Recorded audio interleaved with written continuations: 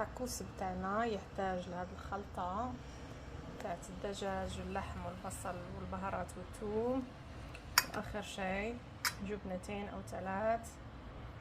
نحتاج الى البطاط مقلي، نحتاج الى مربعات الجبن، نحتاج لها الصلصات، الصلصة الجزائرية والصلصة شيز والمايونيز. خلطة ليلى هي، والخبز الجاهز بتاع التاكوس.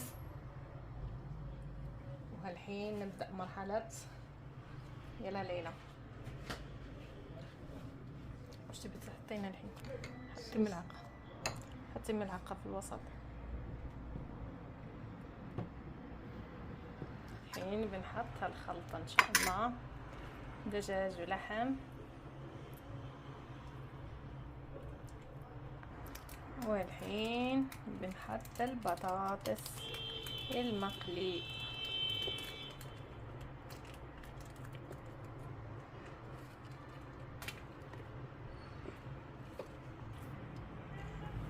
بشويش بشويش. هانتي دابا كنحط الجبن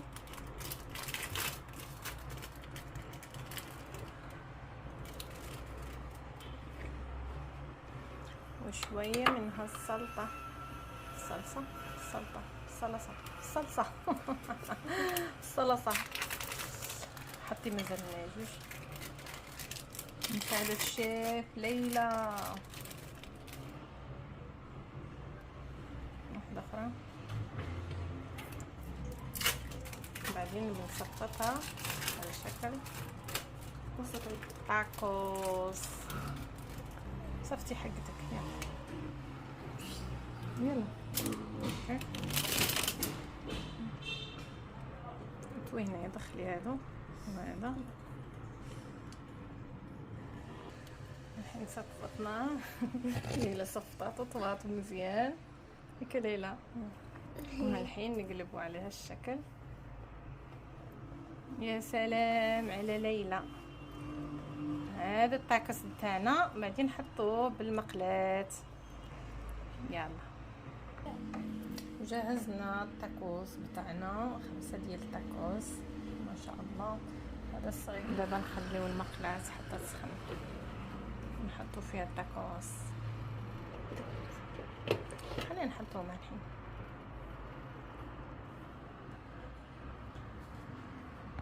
يلا حطي يا ليلى. حطي واحدة أخرى. يجي فيهم 3 وقاله. وسقيهم. حطي واحدة أخرى.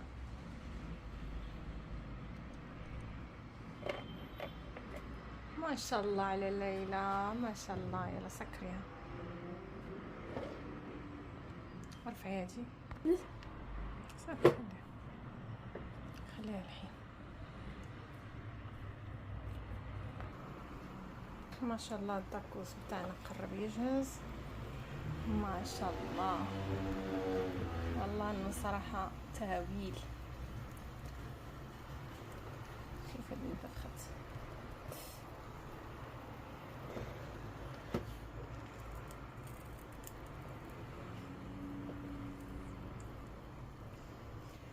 وبعدين نحطهم في هذا الاغلفة حقتهم تاكوس.